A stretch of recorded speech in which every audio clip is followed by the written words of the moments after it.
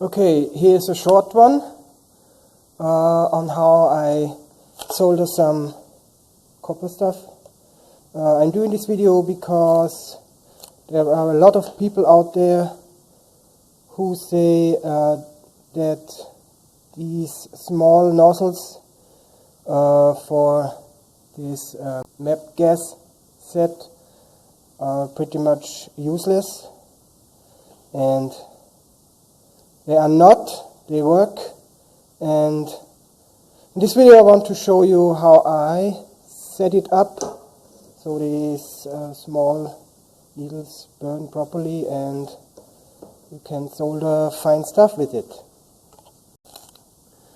I'm using a combination of oxygen and map gas.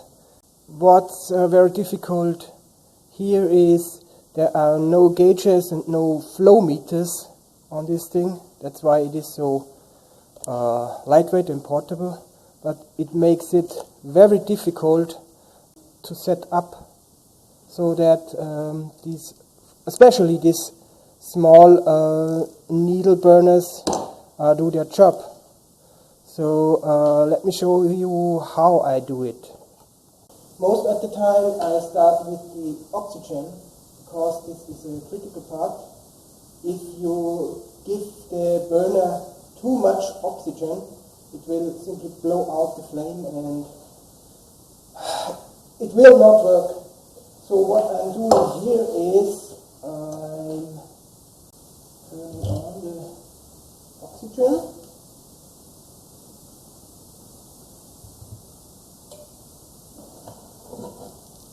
You can hear it.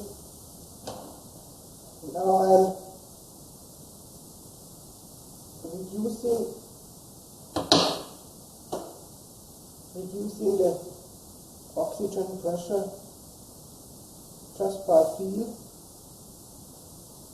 So there is just a small, tiny sniff of oxygen coming out of the nozzle, and that's pretty much it. The gas itself is simple to set up because I can adjust the flame here with the gas valve. So I open the gas valve first, as you do on any other.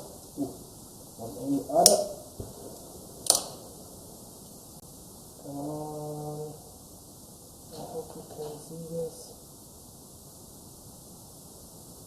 Now the flame is starting to get more blue. Yeah,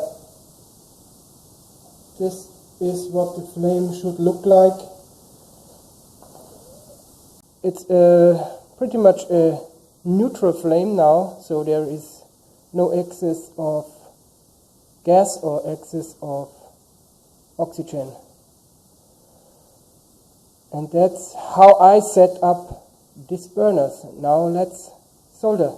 Okay, I try to focus down as much as possible, and I gave all these pieces a wipe with Scotch-Brite, so all the dirt and residues and the oxidization layer is gone now.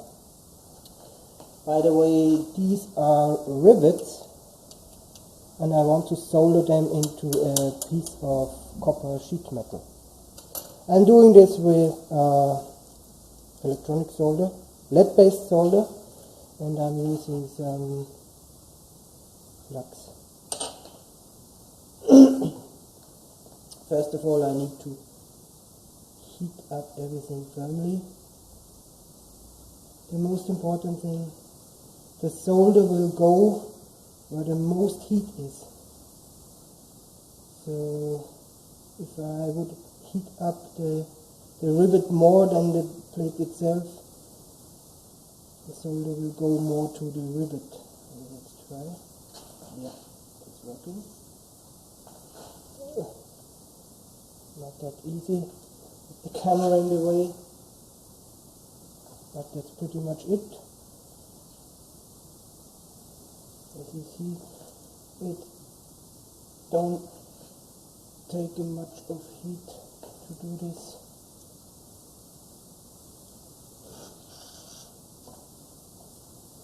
Sometimes it helps to screw or fix your workpiece to a board like I did here,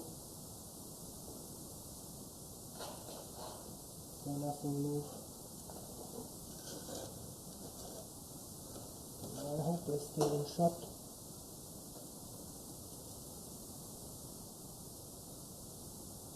Not too much solder. I don't want to have solder on the front side. Okay, that's it. That's what it looks like. That's what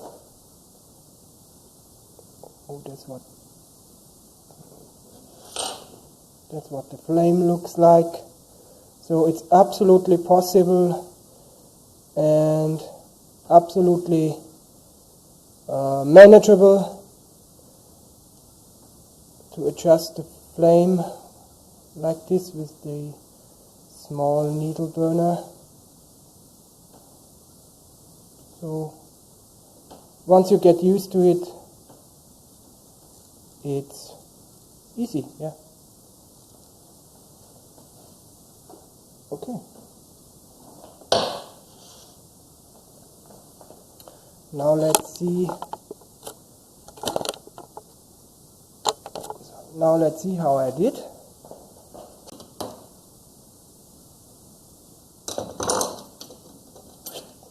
Hot, hot, hot, hot. Oh, yeah.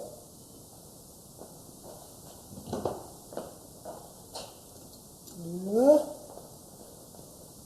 Okay. Okay. Black from wood, but not to worry. There is a little bit too much solder. You see it's coming out of the solder joint, but yeah, it's for artwork, so I think it's fine. Now I will cut off the excess pieces of the rivets and polish it, and I'll be back. Okay, this is what the part looks like after polishing and after I cut and ground off the back side. So everything is flush now, and now I'll show you what this thing is good for.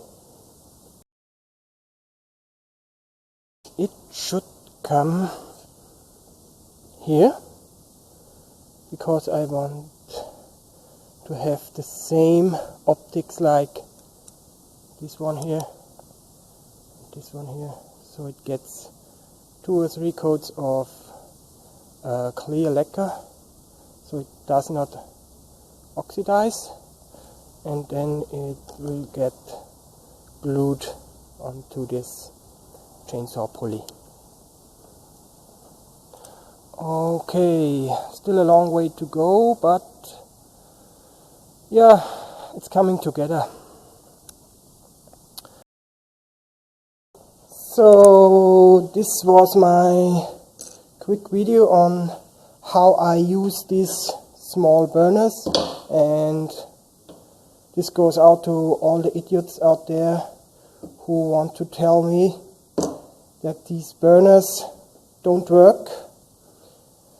As you see, they work fine, they work for me. And yeah, see you next time.